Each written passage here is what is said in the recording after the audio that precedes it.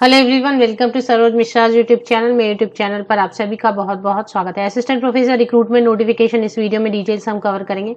100 से ज्यादा पोस्ट हैं, सभी परमानेंट पोस्ट है। गवर्नमेंट यूनिवर्सिटी से फ्रेश नोटिस रिलीज हुई है 11 अक्टूबर 2022। 11 अक्टूबर 2022 को नोटिस रिलीज हुई है असिस्टेंट प्रोफेसर की। सैलरी 85,000 अराउंड रहेगी monthly starting initial salary, per month salary जो होती है। सब्जेक्ट की डिटेल और बाकी की सभी डिटेल आगे वीडियो में हम कवर करेंगे। यहाँ पर मैं बता दूं कि जो भी बड़ी vacancy assistant professor, associate professor या प्रोफेसर की आती है वो मेरे यूट्यूब चैनल पर आपको जरूर मिलेगी। मैंने सभी सिस्टमैटिकली असिस्टेंट प्रोफेसर की वैकेंसीज को कवर किया हुआ है, जो भी बड़ी वैकेंसीज आती हैं, एक दो पोस्ट छोड़ के। तो एक प्लेलिस्ट बनी हुई है मेरी ऑलरेडी असिस्टेंट प्रोफेसर की, उसमें जाके आप रेगुलर बेसिस पर चेक कर सकते हैं, या फिर आप मेरे लेटेस्ट वीडियोस भी लास्ट 1 मंथ के चेक करेंगे तो असिस्टेंट प्रोफेसर की सभी वैकेंसीज आपको मिलेंगी, अगर आप असिस्टेंट प्रोफेसर पोस्ट चेक करना चाहते हैं ऑल इंडिया लेवल पर जहां भी आई हूं। आगे बढ़ते हैं।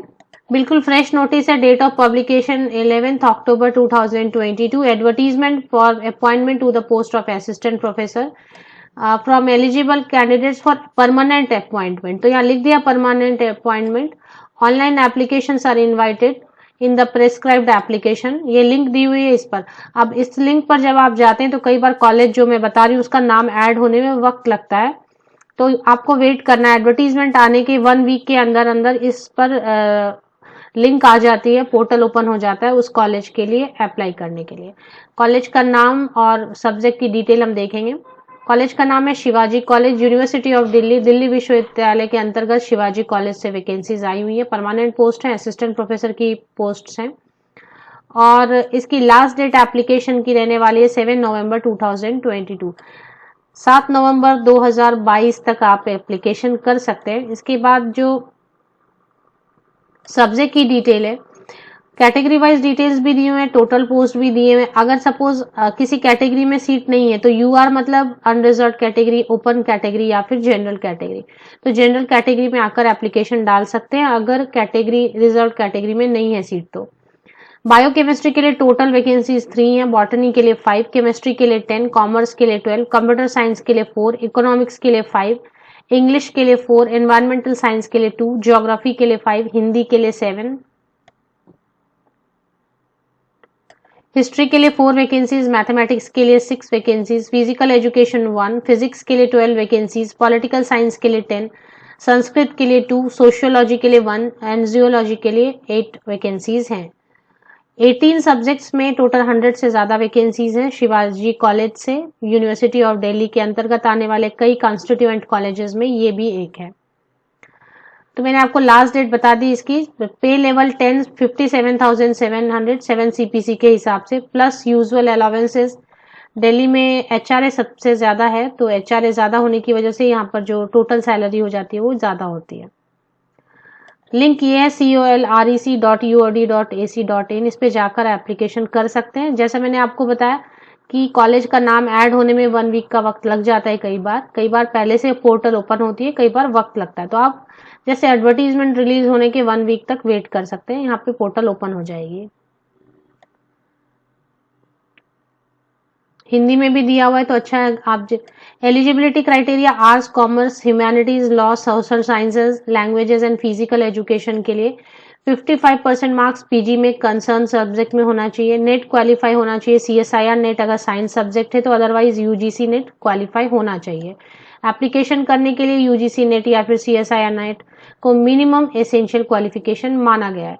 लेकिन आजकल कुछ समय से चेंजेस भी आए हैं, जिसके मुताबिक अगर आपने top 500 in world university ranking, 500 world university ranking में टॉप 500 में से किसी फॉरेन इंस्टीट्यूशन या फॉरेन यूनिवर्सिटी से पीएचडी डिग्री ले रखी है तो भी आप अप्लाई कर पाएंगे विदाउट नेट या विदाउट सीएसआईआर नेट। इसके बाद और भी कुछ कैंडिडेट्स को एग्जाम्पशन मिलती है, जो मैं आपको टाइम टू टाइम बताती रहती हूँ कि जुलाई 11 2009 के पहले, जुलाई 11 2009 के पहले एमफिल या फिर पीएचडी रजिस्टर कर लिया है। पीएचडी अवार्ड अब उनको मिल चुकी है, and point A B C D E ये सारे कंडीशंस आपकी पीएचडी सेटिस्फाई करती है तो भी आप मिनिमम जो एसेंशियल क्वालिफिकेशन है यूजीसी नेट और सीएसआईआर नेट उससे एग्जाम्प्ट हो सकते हैं, होते हैं। बाकी की डिटेल्स के लिए ऑफिशियल वेबसाइट एक बार चेक करेंगे कि कहाँ पर आप वैकेंसीज को लोकेट कर सकते हैं। ये ऑफिशियल वेबसाइट है शिवाजी महाविद्यालय, Shivaji college, university of Delhi.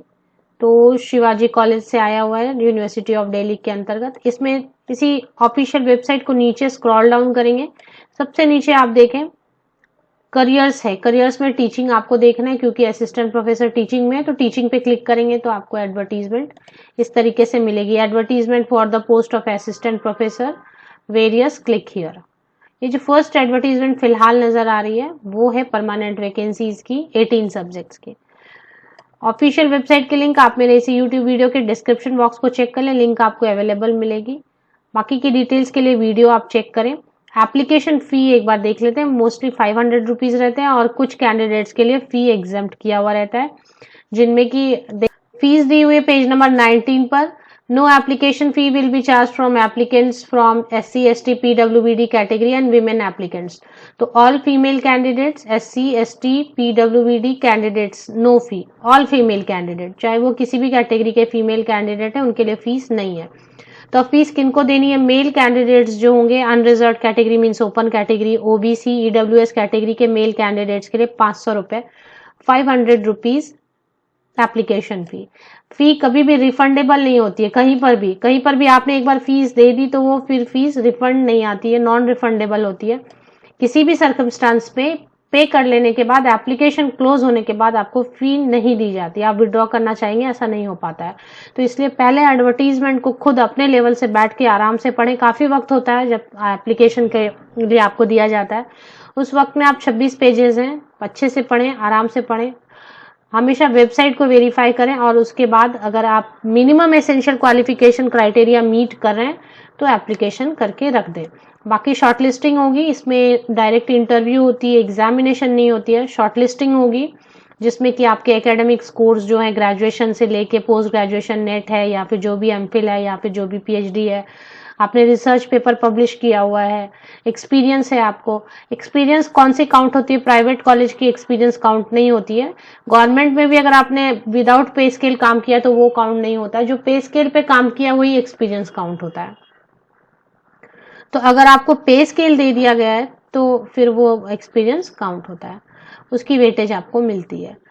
तो इस तरीके से कुछ कैंडिडेट्स के लिए जो 55% पोस्ट ग्रेजुएशन में, उनके लिए रिलैक्सेशन है, ये बताया पेज नंबर 21 में।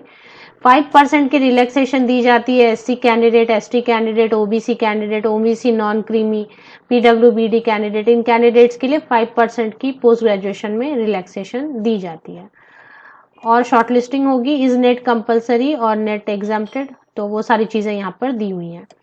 ऑफिशियल वेबसाइट के लिंक के लिए आप मेरे इसी यूट्यूब वीडियो के डिस्क्रिप्शन बॉक्स को नीचे तक स्क्रॉल डाउन करके चेक कर लें, आपको लिंक अवेलेबल मिलेगी। आप सभी को best wishes. Thank you very much.